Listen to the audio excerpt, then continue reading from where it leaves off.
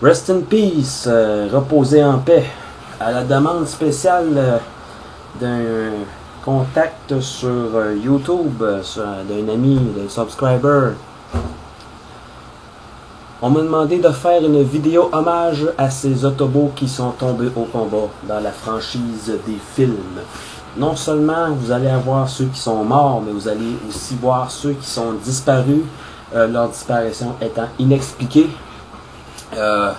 Certains sont peut-être manquants dû au fait qu'ils ne sont pas encore disponibles en jouet. Et je parle de Q, le scientifique Autobot qui se fait tuer par Soundwave, je crois, ou Barricade. Je ne sais plus lequel des deux, mais bon, parce que Wheeljack n'est pas en jouet encore.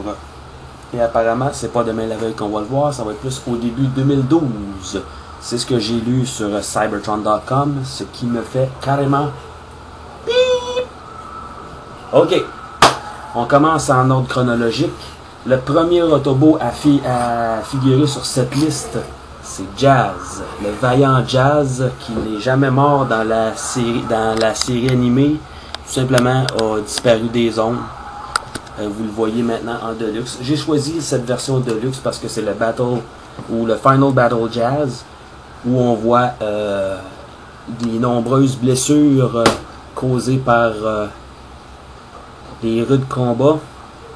Même son visage a été abîmé. Jazz est mort déchiré en deux par Megatron sur le toit d'un building et récupéré plus tard par Ironhide et Ratchet qui ont malheureusement pas pu le sauver. Quand on fait avec son corps, je l'ignore, on l'ignore tous. J'espère tout simplement qu'il a eu une disposition plus digne que Ironhide dans Dark of the Moon. Donc le premier à figurer sur cette liste, Jazz. Ensuite, on saute dans la ligne Revenge of the Fallen et on a les motos RC, le trio RC nommé RC Twins avec RC, Chromia et Elita One. Bon, premièrement, les seuls qu'on va mourir dans la scène du désert, c'est Elita One et RC. On voit pas Chromia mourir, mais on ne la voit pas dans Transformers Dark of the Moon, donc on peut supposer qu'elle a cessé de fonctionner à cause que les deux autres sont mortes, qui ont été détruites. Donc sérieusement, j'ai pas aimé leur mort, j'ai pas aimé le traitement qu'on a fait. Moi je trouve que c'est des jouets quand même bien cool. Beaucoup de personnes se sont plaints du fait que le personnage n'a pas beaucoup d'articulation, de posabilité, mais c'est des robots qui sont quand même uniques en leur genre. Ce qui me fait réellement suer de ce trio de jouets-là, c'est que les trois motos étaient différentes dans le film, et là on a Elita One qui est un repeint de Chromia. Alors que Elita One était originale et qui était vraiment originale dans son sens qu'elle avait une roue comme pied et une roue dans sa main. Donc on l'a pas eu en jouet. Donc voici le trio des sœurs RC qui sont décédées, disparues dans Revenge of the Fallen. Autre disparu dans la ligne Revenge of the Fallen, Jetfire. Jetfire a été mortellement blessé par un Scorponok figurant. Attaque vicieuse d'un Decepticon. On ne pouvait pas s'attendre à autre chose. Mais bon, il l'avait. Son sacrifice fait en sorte que Optimus peut avoir un léger upgrade qui lui permet de voler. Donc, Jetfire, avec un accent irlandais, était plutôt une caricature qu'un personnage.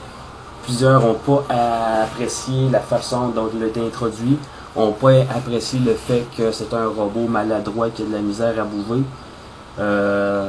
N'ont pas non plus apprécié peut-être son apparence avec la barbe et les cheveux hirsutes. Donc, un robot plutôt controversé. Mais sa mort n'est pas une tuerie, dans le fond, c'est un sacrifice, donc c'est une mort qui est quand même assez noble.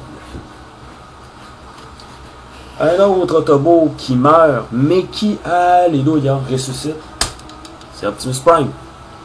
Optimus se fait attaquer par derrière par Megatron, se fait transpercer avec sa lame et se fait tirer en même temps par son canon. Donc Optimus, même s'il ressuscite, meurt dans le film. C'est une habitude d'à peu près tous les Optimus Prime qu'on a vus. Meurt, résurrection, etc., etc., etc. Donc, brève apparence de notre ami. On continue avec les jouets Revenge of the Fallen. Avec Jolt. Jolt a été quasiment absent du deuxième film. A été une addition de dernière minute. Pour faire la publicité à la Chevrolet Volt. Donc... le robot en tant que tel, c'est un peu n'importe quoi, mais bon. Ça paraît que ça a été fait à la dernière minute, mais bon. C'est quand même un jouet cool. Mais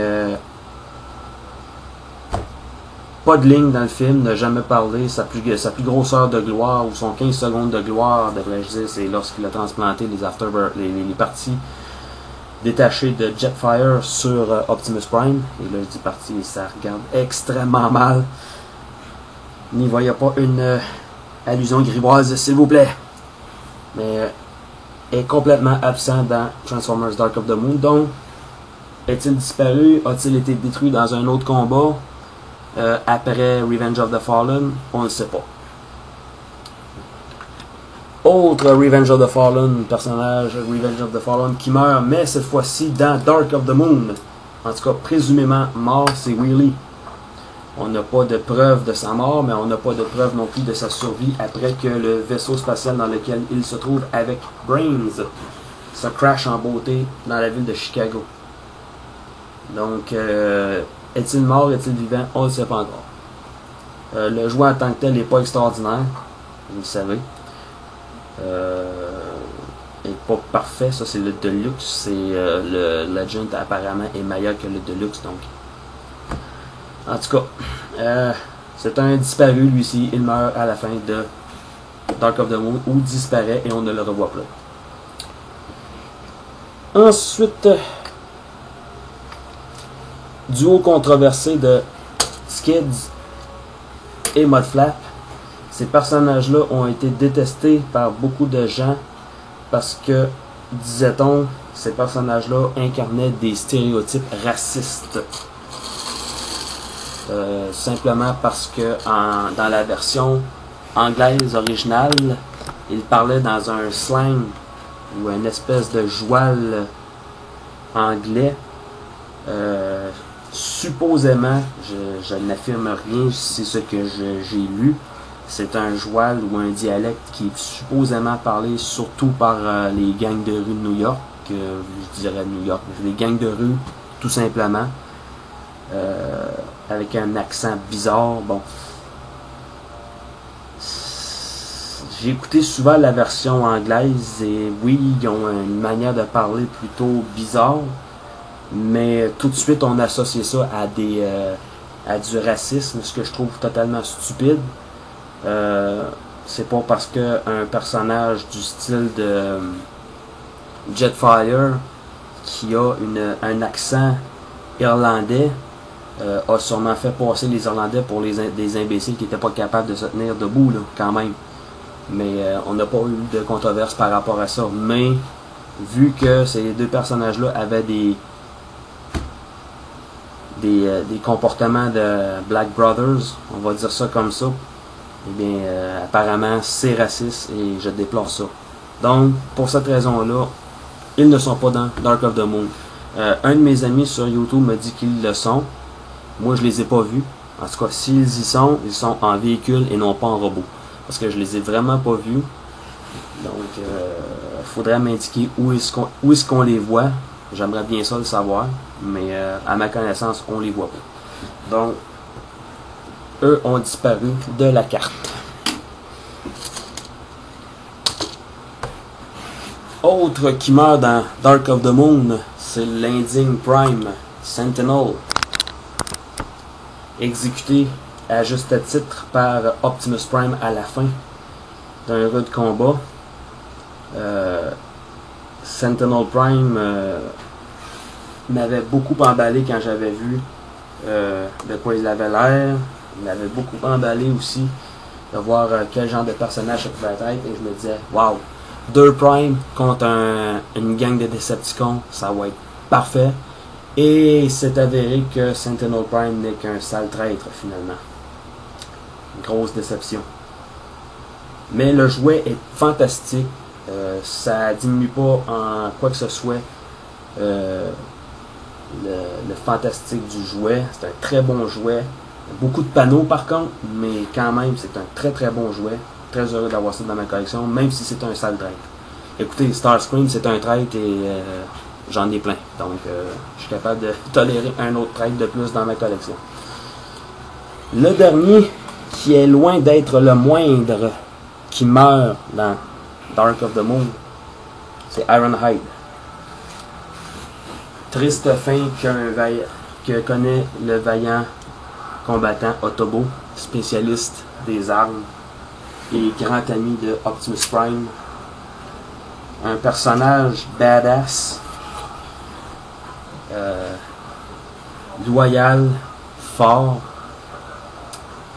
et je trouve que c'est vraiment salaud la façon dont on l'a fait mourir dans Dark of the Moon. Surtout qu'il venait d'avoir un des meilleurs combats du film, assisté de Sideswipe contre les Dreads. Il y avait d'excellentes prises de vue, une excellente scène de combat, l'une des meilleures du film, et finit par se faire tuer d'un coup de fusil dans le dos et se fait complètement désintégrer par le fusil à rouille, le Rust Gun de Sentinel Prime. Donc, fin ingrate pour un excellent personnage, et je regrette beaucoup qu'on l'ait fait mourir. J'aurais préféré qu'on fasse mourir un autre que lui, mais on avait besoin d'un élément dramatique dans le film, et c'est lui qui a écopé. Heureusement qu'Optimus Prime n'est pas mort pour se faire remplacer par Rodimus Prime, mais bon. Et voilà, comme je vous ai dit, il manque un des robots, un des Autobots, et je ne l'ai pas, c'est hors de mon contrôle, c'est Wheeljack. Mais imaginez que Wheeljack est là, avec sa tête d'Albert Einstein, avec ses cheveux bizarres, et aussi Brains. Oui, Brains, le petit copain de Wheelie, qui ressemble un petit peu à un gorille quand même, mais qui est quand même très drôle à voir aller. Donc voilà, c'était la petite vidéo hommage aux Autobots qui sont tombés au combat de manière vaillante et de manière non vaillante, si on peut dire, au cours de la série des 3 films de Transformers, et j'espère qu'on va en avoir un 4e. J'aimerais bien. Mais quel enjeu. Et voilà, on va faire un petit photoshoot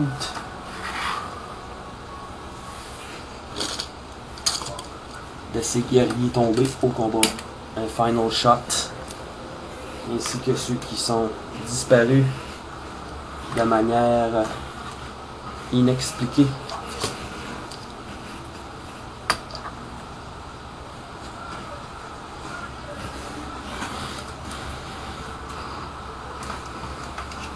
Suivant les événements du film. Et bon, ben écoutez, Sentinel Prime n'est pas là. Sentinel Prime. Et voilà, ça c'est les robots qui sont morts dans la série des films. Donc, à la prochaine, c'est Dieu le veut. Citation de Edouard Carpentier.